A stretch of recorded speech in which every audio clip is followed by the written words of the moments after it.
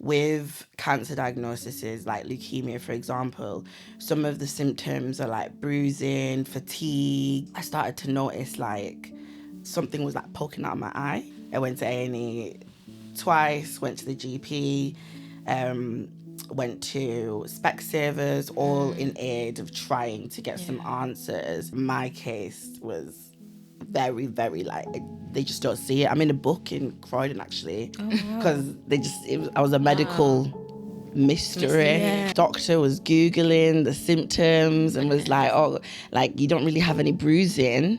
It's a white kid that they're showing. I had some doctors just like come to just meet me to see what it was. Wow. And then my oncologist at the time came up to me and was like, yeah, we didn't know if you were gonna get your eyesight back. Oh my gosh. And she said it so casually, like, wow, like this is They were even amazed. Yeah, that's when I realized that this hospital thing, they actually are guessing. They're obviously, experimenting. Yeah. educated guesses. But they're still also learning. Just guessing. So in this episode, we are joined with one of our good friends, Panga. Hello. She is a powerful voice. She has a powerful voice, speaking truth and surviving the NHS as a Black woman, navigating serious health challenges. She's going to speak about what it really means to advocate for your body when systems fall short, from medical dismissal to resilience. This conversation is about survival, healing, and being heard. Whoop, whoop. Really nice intro. You impressed? You're welcome. Very. I'm just a girl. At the end of the day. At the end of the day. Yeah. Well, before we get into the heavy stuff, I just wanted to do some icebreakers. So the first thing I want to ask you is, what's one small thing that has brought you comfort or joy recently? One small thing. It's a good question, actually. I think recently I've really been having a lot of joy with my friends. Like, do you know when you're laughing? Yeah. To the depths of your soul. Yeah. It's like soul laughing. Yeah. I've really been soul laughing and realizing like how much of that I wasn't doing for a long time. And being a bit more intentional about the people that I have around me that do that for me, because people can make me giggle. But the ones that can really make get to the depths of my soul, Yeah. I recognize that, you know, I'm grateful for them. And it's a small thing, because there's only a few people that can actually do that to me. But it's a powerful thing. It really is. Yeah. Oh, that's nice. Okay. Another one is, what's one word that describes how you're arriving today, like to this episode? It's been a day. Chaos. Chaos. That's a good one to be fair. Yeah. For those who don't know, she has travelled for about 4 hours from London, From London to Manchester. So it's been a long journey. Yeah. So we really appreciate you. Always. And the other thing, it might be similar to the first question, but what's been getting you through lately? Do you know what? Looking back at my life, November's a really hard month for me, because it's the month that like my dad died, my friend died, I got diagnosed with cancer, my first heartbreak. Wow. So It's been a lot. November's a very interesting month, and this was 10 years this year. Wow. 10 years of like my dad passing away, and just 10 years of becoming who I am. So actually, it's been a really reflective November. And then because I've been reflecting, I've been seeing a lot of receipts that have made me realise how far I've actually come as like a person, instead of kind of this trope of, you know, I'm a strong human and all that kind of stuff. And yes, I am, but being actually able to sit down and actually understand that myself and be like, oh no, you've actually been through a lot. Because I know through a lot of people, like I post a lot and I put a lot of things out there just because I just can't go through things alone. Like you all have to know, do you know what I mean? But it doesn't mean that it really like sinks in. So what's been really getting me through is it's been sinking in, and it is a really different experience, because that's when I've let like the tears come out, the anger come out, the screaming, because you hold trauma in your body, in your nervous system. So I've been dancing again, because one of the things about like releasing trauma is like going back to what you used to like as a child. Yeah. The Bible talks about it a lot. Be like children. Yeah. I really encompassed that. And one of the things I loved to do when I was a kid was dance. I was a dancer for years, and I just haven't done that. Contemporary, which is just not really a black thing. Yeah. Do that in church. We're ballerinas. We were ballerinas at one point. Like, We had those white gowns. Like doing moves I'd never done in I my still life remember before. one of the routines, but I Oh wasn't my saying, days. the slow always- songs for church for like 5 minutes, and you're there like, Yeah. Genuinely, like, I It must have is done true. it randomly. My cousin looked at me like, are we all going to ignore what's going on? ignore that? And my housemate was like, just let her do what she's doing. Do you know what I mean? Be free. Kill me. And it's been what I really needed. I can sleep Yeah. again. Do you know what I mean? I struggled for sleep for a really long time. So just being reflective, being a child again, and really like honing into the things that gave me joy before society came and tried to ruin Knock me. it out. Yeah. Yeah. We did cover that in one episode, like going back to those childhood things. I was saying like badminton. love, yeah. I really used to enjoy doing that. So I'm trying to incorporate it. It's quite hard with everything, schedules, life, but That's I what the think it wonder's is about. key. Yeah. Yeah.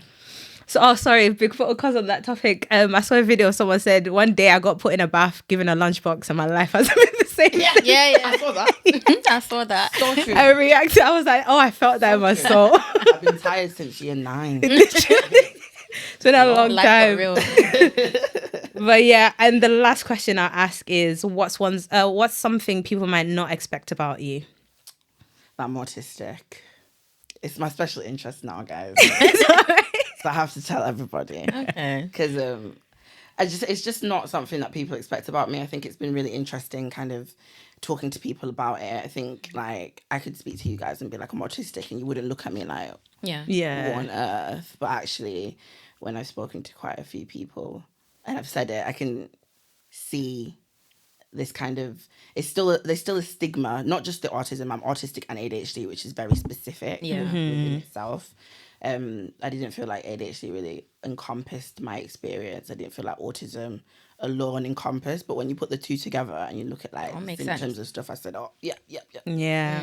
That's me. I think when I'm talking to people, I can see that the stigma still holds on to them, and I can see that they're projecting a lot of that onto me. So they just get very surprised or downright dismiss my diagnosis, even though I'm just telling them about it. And I think I was missed a lot within the system. People don't know what a black woman who's got ADHD and autism look like. Yeah. Because I thought, like, I'm attractive, like, which you better cut that out before. No. Anyway, not to say that people with autism is not attractive, but I just didn't think that what the stereotype of what autism had traditionally looked like was me. Okay.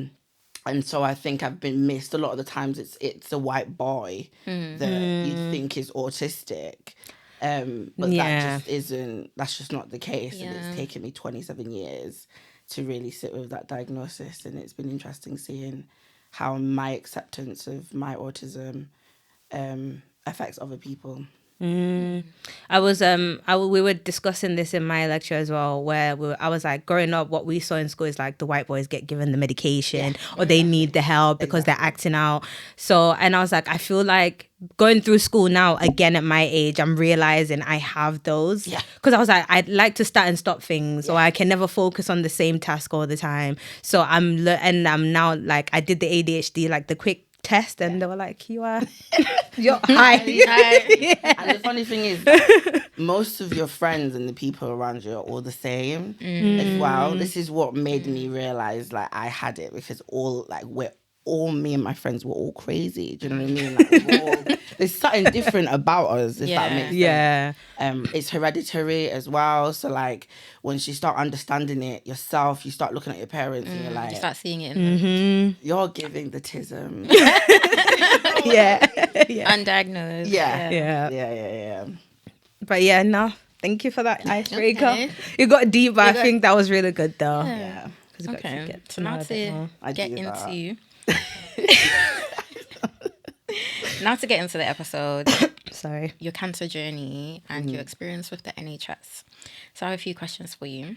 Starting off with, can you just take us back to when you first started experiencing symptoms before you were actually diagnosed with cancer and what that looked like? Yeah.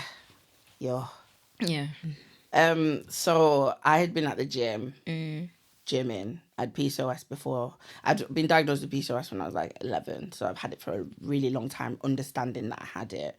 And then I took the initiative around like 2020 when everybody was trying to figure out like what to do to start exercising and like getting more fit and stuff like that. So I became like extremely intuitive with my body, became relentless at like, understanding myself and exercising, eating, and I went gluten-free, I went dairy-free, but I also wanted to make sure that like I was also doing the mental work as well.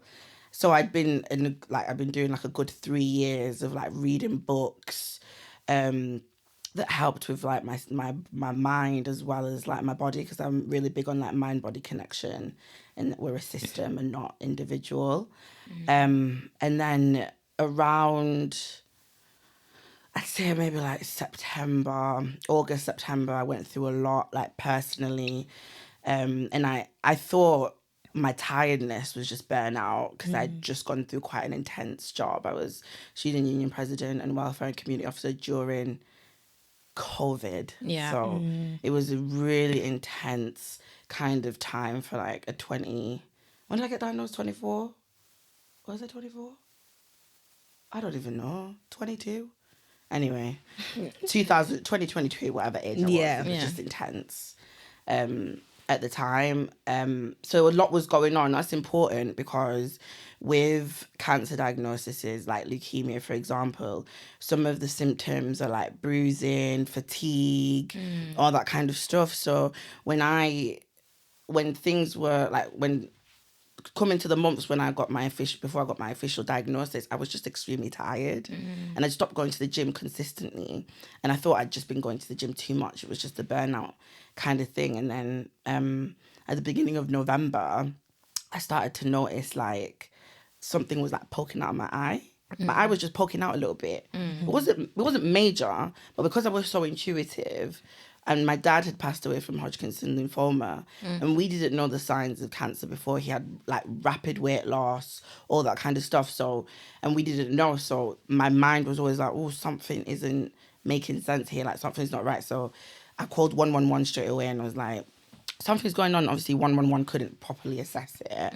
So they said, oh, you can go to A&E. And then, I went to A&E twice, went to the GP, went to Specsavers, all in aid of trying to get some answers. Did it not say it was like a migraine? I remember you saying. Yeah, that's what so they kept saying. It's just. It was like the thing was popping up my eye, and then within those weeks, within like 3 weeks, it just rapidly started growing. It didn't actually hurt at first. Now I know that it was leukemia doesn't actually form tumor cells. So like my case was very, very like they just don't see it. I'm in a book in Croydon actually because I was a medical mystery. Yeah. Do you know what I mean? I had some doctors just like come to just meet me to see what it was. Because I tried to have a follow up with them, thinking, it's a thing like that. But then they just never followed up, and one of the nurses was like, "Yeah, they're just trying to find out. It's just the special interest in it."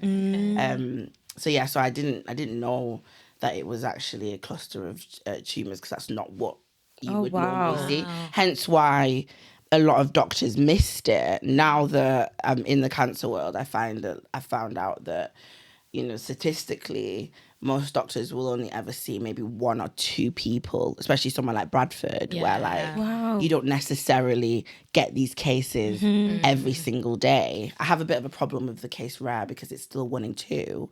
But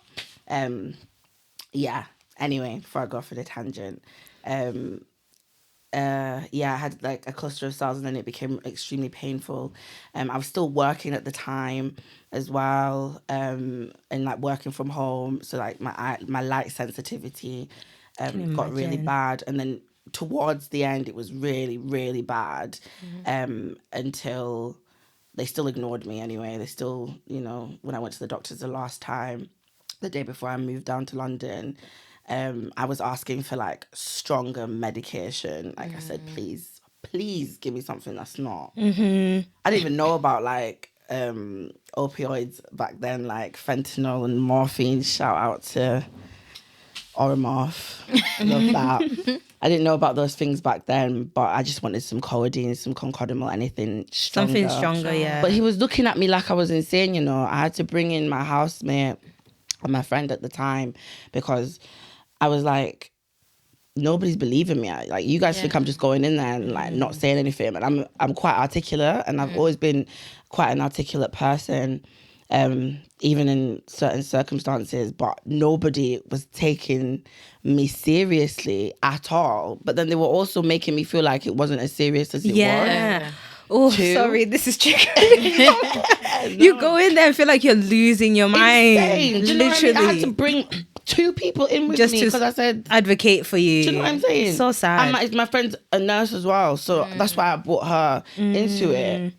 And even then, like, the doctor was Googling the symptoms and was like, oh, like, you don't really have any bruising. Starts Googling the symptoms. It's a white kid that they're showing me. Yeah, I was about bruising. They don't even have like even me now doing my nursing degree. Most of the things they show you to show what a disease looks like is white people. It doesn't show on black people. There's this doctor. Sorry to jump in. No. It's just got there's this black doctor in America who's doing cases to show how certain things appear on black skin because it doesn't look the same way on white skin. You could go in there for like, I don't know, like the one I was doing recently was like an infection of the groin, and for them obviously their skin goes red. But if it was a black person, it might be purple or darker in color. But then they'll be like, that's not what you have. Because they don't see it like that. But sorry, you can carry on. You're absolutely right. Even things like syphilis, for example, we were just, me and my cousins kind of just sit down and talk about these things. Just looking at like what syphilis looks like on black people. Looks completely different. Completely like dermatologists, like dermatological, is that a word? Yeah, dermatologist. Skin issues. Let me keep it. Skin issues, like a lot of skin issues. There's just there's no metric of it. It kind of irritates me a lot because, like, we all know this. Do you know what I mean? Like, a lot of my advocacy work now is kind of like, I'm really tired of the conversations. We all know this. People are dying now. This is an emergency.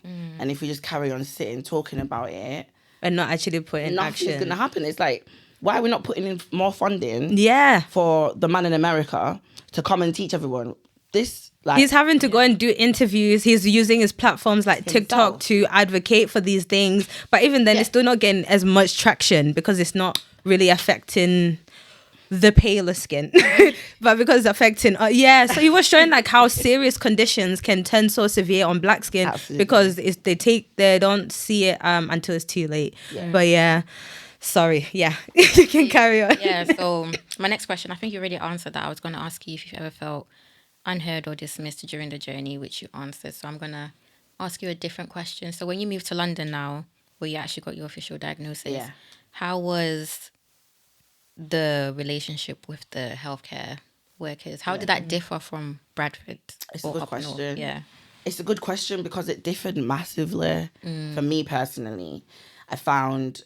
I went to Croydon, like University, A&E. obviously people have their things to say about Croydon, but as soon as those people saw my eyes, they said, why have you not come back anytime soon? And I was thinking, like, I got really annoyed at this because I was like, I've been coming, like, but again, it's not their fault. They didn't see. They're just thinking, who's left you like this? Yeah.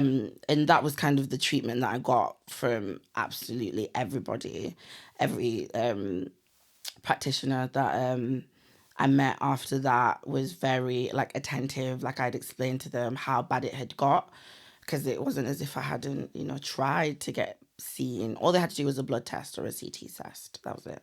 They just had to do something. And it would have flagged it. When I got to Croydon, they checked my blood straight away and they saw that my white blood count was abnormal, and that then sent off investigations. That was the 19th of November. By the 23rd of November, I got my official diagnosis. Wow, that's ready quick. ready for treatment a week later, because the tumor was so close to my brain. A couple of days later, who knows what could have happened. Obviously doctors can't tell you those things, But yeah. But when I saw the CT scan, Yeah. I said, Wow. I was ready. I was about to be on death's door. You know what I mean? Like, I remember when I was having radiotherapy as part of like the emergency kind of intervention, and it took a little while. Radiotherapy worked really well on the cells, and it just, my eye just miraculously came back into my head. And then my oncologist at the time came up to me and was like, "Yeah, we didn't know if you were gonna get your eyesight back." Oh my gosh. And she said it so casually, like, wow, like, this is They were even amazed. yeah, that's when I realised that this is hospital thing, they actually are guessing. They're obviously, experimenting. Yeah. educated guesses. But they're still also learning. Just guessing. And it really then... But they won't tell you that. No, they can't. Do you know what I mean? But it gave me a perspective of actually, these are humans. And when because I spent a lot of time in hospital, like an absurd amount of time, because of the kind of treatment I was having was so severe that they just couldn't trust me to... It wasn't they couldn't trust me, but like, London is just full of diseases. Yeah. So immunocompromised, it's safe for me to be in hospital. So really getting to know the nurses and stuff, and the doctors just made me really realise that they were just humans and they were just doing their best and they cared. They just cared so much, and they actually made a massive difference to my experience. I remember when I was in intensive care, and intensive care, because I used to be a support worker. So you can imagine I've already done all of the sliding, and I've done the, the moving and handling and all that kind of stuff. Yeah. And now I'm in You're on the other side. I can't move. Yeah. That is I so proved myself. As my friends are here just giggling. And I was just giggling because I just come out of, what do you call it? The coma and stuff. So I didn't know that, my body was going to do what it was going to do. Yeah. Can I say that on here? Yeah. That's fine. That's your experience. And it's so interesting for me, because I'm like, I'm going to be on the other side of it. Like, you're talking about slide sheets. I was practicing that on a dummy the other week. Yeah. Doing those type of things. So when you came out of the coma, it's like your body just was releasing things. Oh, God. They don't tell you. I remember you telling me like, I must have messaged her and she took like a week to reply, and she was like, "Oh, sorry, Michelle, I've just been learning how to walk again." So casually. Then she like, just dropped right. Do you know what? That's how I am. Even when like I was telling people about the cancer, I just called everyone, like on a work day, by the way. Yeah, on a random Tuesday. I just texted people like, by the way, I've just been diagnosed with cancer. And then attached 3 images of her eye out here. Oh my God. I'm like, when Michelle showed me, I was like, do I say something? Do I message her? Oh my God, I didn't know how to react. Because you hear about people having cancer. Recently, I've been watching this show on Netflix called The Big C. Came out like in the 2006, but it's about this woman going through her cancer journey and living her life after a diagnosis. Yeah. But it's so crazy to like know someone personally who has gone through that. Yeah. So it's really interesting to hear your story. Even now, even though I know some of the things you've gone through, hearing in detail what you've experienced is really like, wow. And to be fair, like I haven't really like I prefer these types of things. I stopped talking about my story a lot. because it Why? was mostly like charities and news outlets that I would speak to about these things. And I found with like the news outlets and stuff, I couldn't really tell my story the way I wanted to tell it in terms of like, you know, like the racial aspects of it, particularly in my diagnosis part. And, you know, the media, when you work with the media as well, they can twist the story to whatever they want. Yeah, change the narrative. Yeah, even if like, you know, you've gone in thinking it's going to be one way, they can just pick and choose, and that's just the way the cookie crumbles. So I prefer talking about my story to like little like in more intimate settings than like these types of things anymore, and like or like on my social media, on my LinkedIn and things like that, because Things that you can control. that I can control. Yeah, I'm really big on controlling my own narrative. I think like the greats have always talked about it, and it's one of the main things that's a lot of people, you know, with propaganda, like history and stuff like that, controlling the narrative. If you've read like 1948 and stuff like that, it talks about like the winners are the ones that write the story. It's not necessarily like, you know, the actual good guys. So I've been a lot more conscious about that now. No. Okay. Hey. Love them. Okay, so Sorry, I talk a lot. No, but I like this. we like it. We like it. We're learning from you as well. Innit? So during that time, were there any networks that you built? Like, who was your support system? Who did you meet along the way? Yeah, I mean, I always say that, like, controversial take, and I say this as my experience and not the experience of other people that have got cancer or have gone through cancer. So if anybody hears this and is like, oh, Pango did this, no, don't do that. Don't do that, because it's my experience. But I found that cancer actually brought me so many people. Like, it helped me really understand myself and really give myself agency, and that sent ripple effects in my life. So I work with during that time I found Black Women Rising. I work with them now. I'm a freelance as a project support officer. But Black Women Rising did a play at the time. I was just scrolling on social media trying to find Black girls that had cancer, because I said, what's my hair gonna do? Because these white people's hair, you know, it just falls out on the bed. My hair didn't do that. My hair, you had to pull it out, which is traumatizing. But there was nobody to explain what this looks like. Definitely no one my age. And then I just stumbled across Black Women Rising. And then they were doing a play at the time called Unseen Unheard.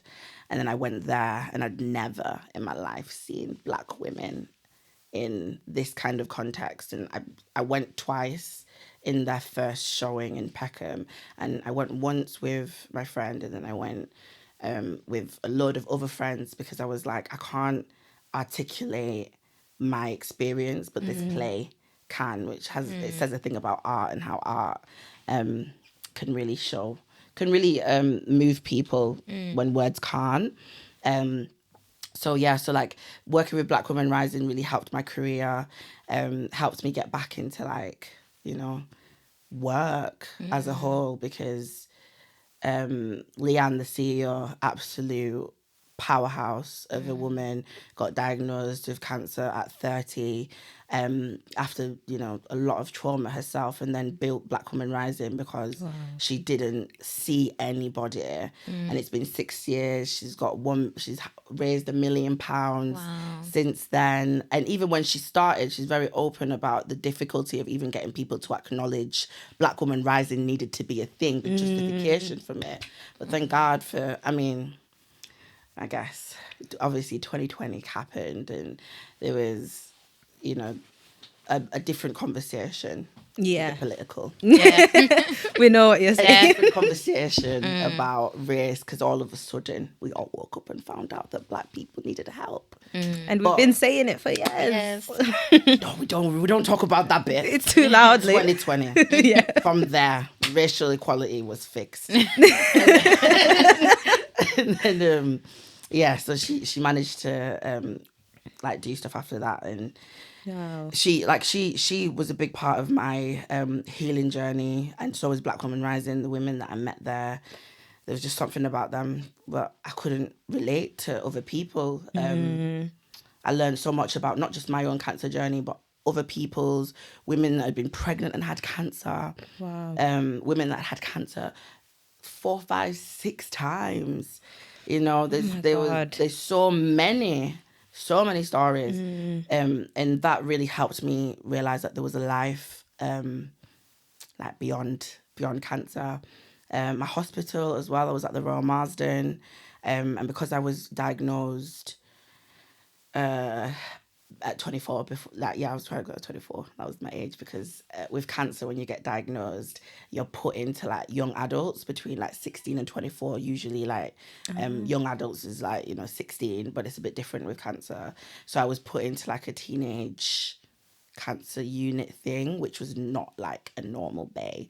We had games, we had like a room where like my friends could stay till like all hours of the night, and like I was really cool with my nurses, and it made me really sad, because I said this is what healing should look like. But because the reason why the Royal Marsden is what it is the best in the UK, and they have lots of funding, so they can do that, and because the children and young adults is funded really well, that's why it's like that. But it really contributed to my healing, because I was able to have friends around, like they did loads of stuff, there was games. I'm still getting rid of the things that I got from that hospital, like the colouring books and things like that. These things really matter. And the staff again did incredible stuff, like to just really help me be human when you don't feel human anymore. Like when your bone marrow is completely depleted, you're not the same. But that's why it's really important. The nurses are really important, and the doctors are really important to kind of bring that side back out of you and stuff. And outside of like that kind of help, and Young Lives versus Cancer as well really helped me in terms of the charity. Outside of that, there was obviously my support system, my friends, like even like on social media, posting my story and getting like people, just wishing me well, and just messaging me, just checking up on me, even when I didn't respond, but just carried on like doing that, brought me life in some of the darkest moments. I found that I'm a person that needs people, not all the time, but I need people to kind of Keep you going. keep me going. There's actually so many little moments and interactions and people that, when I say little, I mean like people that stayed for quite a short period of time that helped me navigate that period of my life. And I think I look back and I really see how God works in the small moments, and the people that are not necessarily like the loudest, in that sense. Before I go off topic, let's keep it there. Okay. I know like when you were going through like the cancer journey, you were also having some housing issues. Yeah. So I just wanted to like, because I know now you're also a part of like a campaign that helps with those things. So I just wanted to ask around that. So can you explain your housing campaign and the name of it? Sorry. Yeah, so It's such a zero reaction here. Yeah. So I currently live at the Fold in Croydon.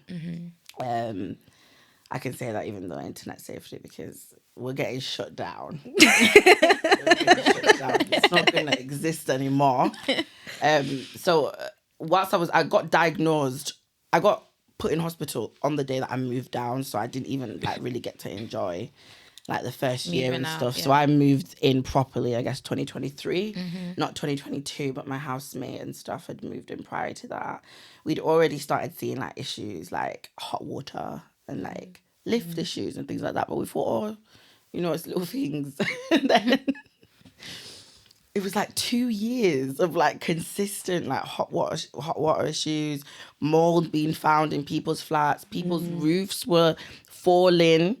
And we only knew about this in a WhatsApp group chat that somebody had created to be like, let's all be like a community. Yeah. And then people spent a lot of that time just telling everybody like, this is what's going on with like our living situation and stuff. And yeah, that group chat for a long time was people just needing to vent out a lot of their issues. My flat actually wasn't as bad. Like I had like maintenance issues here and there. And I was affected by like the communal areas shutting down and stuff like that. But like it wasn't really as bad as some people's flats. Like people had been moved out. Very, very, very dangerous. The mold, obviously, you know when you've got black mold. Yeah. Once it's black and you see it, it's already over. Yeah, it's time to leave. It's time to go.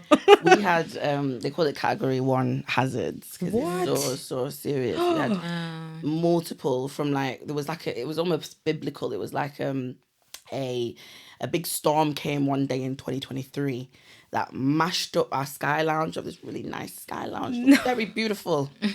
Now you're Was they built It's gone properly now. though? vanished. Yeah. So residents around 2024 had banded together and in their own ways had, you know, reached out to social media, reached out to the media, like reached out to other housing campaigners that talked about these things. Shout out to Kwajo. I think that's his name. I really hope I said it right. If not, Oh please yeah, edit that it guy. out. Quite, yeah. Yeah, like The one who does it on Twitter. yeah, Yeah. social Ah, yes, came, yes. and people messaged me like, "Is this not your house?" I said, "It is." Yeah. Oh wow. When I saw that, I was like, I swear it's the same campaign. Same day. He's I saw- on BBC News and everything. Yeah, and I was like, he's you know, really- once he comes to your housing, it's done. enough. It's done. it's over for you. Smash up.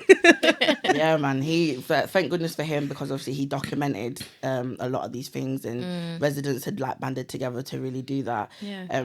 All I did was that at the time I didn't really have the energy because I was recovering. And then I had the energy one day to.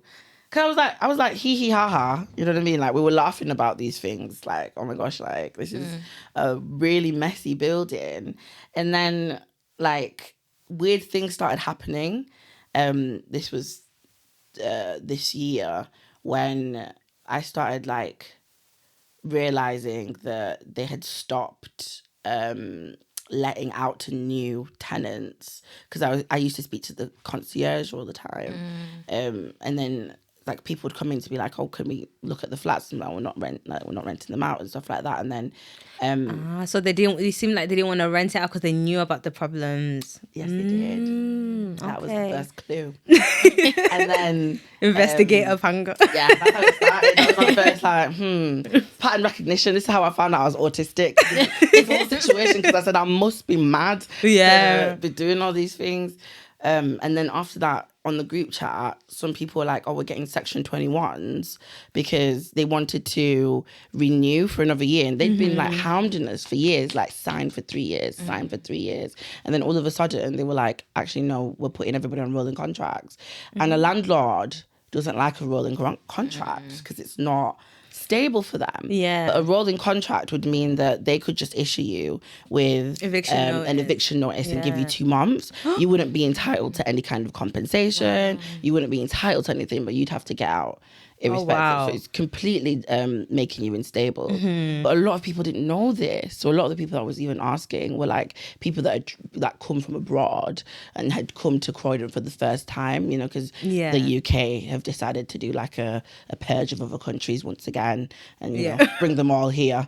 But then they're blaming it on. Anyways, Yeah, we won't get into that one. About it right now, but anyway, a lot of these people have come and like looked for housing and stuff, but they don't know the systems here, so they were like just asking, and that was my second thing, to be like, you guys know what you're doing. Yeah, You guys are doing something naughty, but what are you doing? So I started Googling now.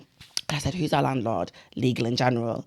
And then once I put the pieces together, I found an article that had been released from Inside Croydon from October 2024, from the time that residents had been complaining and trying to get people to, you know, help and stuff.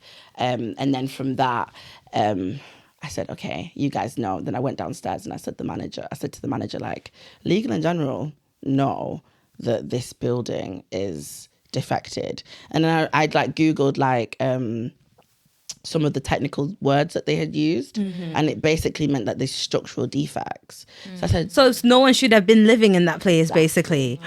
so then when I went to go speak to the manager at the time, I said, this building is uninhabitable. She said, no comment. She said, no comment. You're lying. No comment. No comment. I said, bet. That's when you should have known. That's when I knew. That's when I started. And she said to me like, oh, so then she was like, oh, what's your name? I was like, Pango Simaka 61. Because I knew from there it's going to be a long day for me. Yeah. And it was a long day. What happened after all that? Yo. So after that, I went into the group chat. I said, guys, I'm starting a public campaign. I got a little bit of experience. Yeah. And then I had a mental breakdown after that, because I was like, Legal in General are $1 trillion organization. They manage £1 trillion worth of assets. And these landlords sometimes be getting money from the council. Yeah. That's what they paid.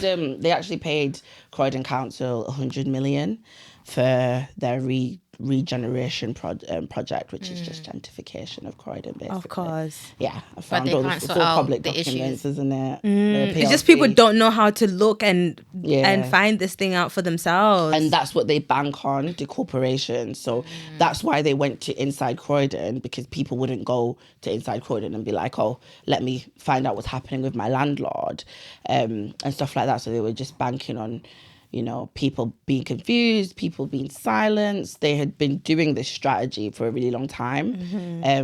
And luckily, I had worked as a corporate landlord at university. Hence why I said, you guys know what's going on. There's no way, I know what happens in boardrooms. There's no way health and safety is not something that's not talked about like every day, every time you have a meeting and stuff. So yeah, after that, I ended up like, you know, messaging people like MPs. I didn't really know what I was doing, because I only had like student union campaigning experience, which is very different. But then Kane, who's our organizer from ACON, he messaged me back on the 8th of August and was like, this is interesting. And then I said, come over next week. And then he came. We started door knocking on that day and started door knocking with as many flats as we could. And then one day, the residents, like all of us, just got together and said, we're going to speak to management and talk to management about what's going on. So we ambushed management. Yes. About 20 of us, all women, by the way. Love it. Yes. All women. Yes. And we literally looked around and we said, look at the men. Every revolution starts with two Women. Every time. Yeah. And then we cornered our manager at the time, the manager of the building, and she was just no commenting everything. I said, oh. Because this could actually, like, you guys could get compensation and a big hefty one at that. Yeah, that's what we're campaigning for at the moment. Weren't you talking about compensation? Yeah, that's what we're campaigning about this moment. So from that period, 24 hours later, that's when we got, after we confronted our manager, the manager of the building, 24 hours later, no, not even 24, 12 hours later, we all got an email saying, oh, you're getting kicked out 1st of March. Wow. You're lying. God's honour. Scouts honour. This is September. So March 2026. Yeah. You're all 1st of March 2026. But You're the all building... vacated. not big. And then in the thing they said compensation is only for people that have not got any rent arrears or utility bills, which is illegal, by the way. You can't do that. Yeah, I know. But they felt like they could. They felt like they could. And people didn't read the small print. So people weren't even... You know, I'm tagging them readers after this now. video. I'm tagging each one of them so Do they it. know that everyone is talking about this Yeah, now. they need to. People need to know about what's going on, because it's how corporations get away with all of these things. Not just corporations, but councils. There's a lot of people that don't know their rights. But yeah, so they had put all that stuff in there. So obviously after that, that's when the war really began from there. And yeah, we went into like, we did like a public reckoning. Like that. I like that. There was about 70 of us as residents, like everybody got together, legal and general and urban bubble for the first time, sat in front of residents. We got pictures, we got everybody to send in pictures, and then we found pictures from the group chat. And then my neighbour, literally on my floor, shout out to Edmund, he titled everything and then like showed it from like November 2022, which flat it was, etc., to kind of build that physical evidence. And then we had residents come in and like talk about their experiences. Some people have had their dogs sniff sewage. Oh my Do you know what I God. mean? Like, honestly, some of the stories are absolutely horrific. I'm sure some of them have kids in there. Can you There's imagine the multiple. breathing and stuff like that? That's what pained me. That's what made me like keep going, because I kept being like, there was already like a mass exodus of people just being like upset anyway about the building. So people moving out, those that could afford to move out left. Yeah. But it meant that there were so many people that were in a cost of living crisis in London. We're It's expensive. Croydon. And we've all moved in here thinking this is our, you know, some of the people on my committee, on the leadership committee, it's me, one of the girls, she was like 9 months pregnant at the time. She had her baby as well. She just had her baby. The other one had a baby only a couple months before, a couple months old. Do you know what I mean? Like, there's a lot of people here, like people that are disabled. Like, I'd spoken to some people who had had issues from like the beginning of the tenancy, the month they'd move in. There was one woman who'd still come back because she met some really nice people and stuff, and she wanted to live there, but the building, the elevators weren't working. She had multiple health issues. She ended up having to move. It was exhausting. So I really irked me what these guys had done, and it was frustrating kind of because I'm a politics student, so I see straight through all of it. But actually what this taught me was that many people don't understand politics At all. They didn't. Even when I brought in the union, I got a lot of questions. I think a lot of my work the past couple of months had been actually educating people. Some people didn't even know housing was political. I swear to God. There's people out there who say, oh, they're not interested in politics because it doesn't affect But them. it affects Politics is everywhere. everything you do, Politics, your whole life. And when I Life saw is this, political. I said, I see what the issue is. Yeah. Like, people generally don't know their rights. People don't know that housing is so political. I had to bring in all the players, because when I brought in Croydon Council, who were the free owner of the like plot, people kept asking me like, why are you going to Croydon Council? What do they have to do with this? Why are you going to the MP? These are real questions. Stop. And I really had to learn my own, like in terms of like leadership. I had to learn, like, because I understand something Doesn't mean other people do, and it doesn't make them not know. It just means that they don't know what I know, if that makes sense. And I had to really take a step back actually, and really like that's why Kane was great, the organizer, because that's what he does all the time, like translating complex systems to people that didn't know about it. But yeah, so we since then it's been a lot, you know. This was from September. I was gonna ask August before till now. as well. Did you get support from the council when you did bring them around? Of course not. I had to. So to get the support with the council, we had to we had to get everybody, like all the residents, to like make banners and stuff like that, go to the front of the council. We submitted like 14 questions to them to be like, what are you guys doing to support us? And in all of those questions, they very much like went everywhere apart from answering that the point. Yeah. Do you know what I mean? So, but by the end of it, we did get the council to finally, help. There's only so much that the council can do, because councils don't enforce anything. They don't actually do much. They can, but I guess there's some people that are in the council's back pocket, allegedly. I love the allegedly. I was just gonna add to that point as well of you message your MP, because I used to always say, when in doubt, message your MP, because they will step in They will straight actually help. away. Didn't you do it for like your passport or I did it for my passport in the UK. I emailed my MP. I found out who it was. I emailed him. This is why law degree was working. Exactly. Yeah. That was my politics degree as well, because when I was speaking to people and I said, I'm going to call my MP, they said, what's the point? Your MP advocates for you. That's why they're there. That's the whole point. We actually got, shout out to Sarah Jones, we actually got her to support the demands of residents, and she publicly backed us a couple of weeks ago. So it was really like... That's a big step as well, Exactly. It was affirming to us, because it was already really scary, like going up against these guys with no legal team, and just a bunch of people just trying to help each other. So getting like the MP to really like back us and to name the demands, because she had specifically said that she supports us getting compensation for as long as they've known that this building has been defected.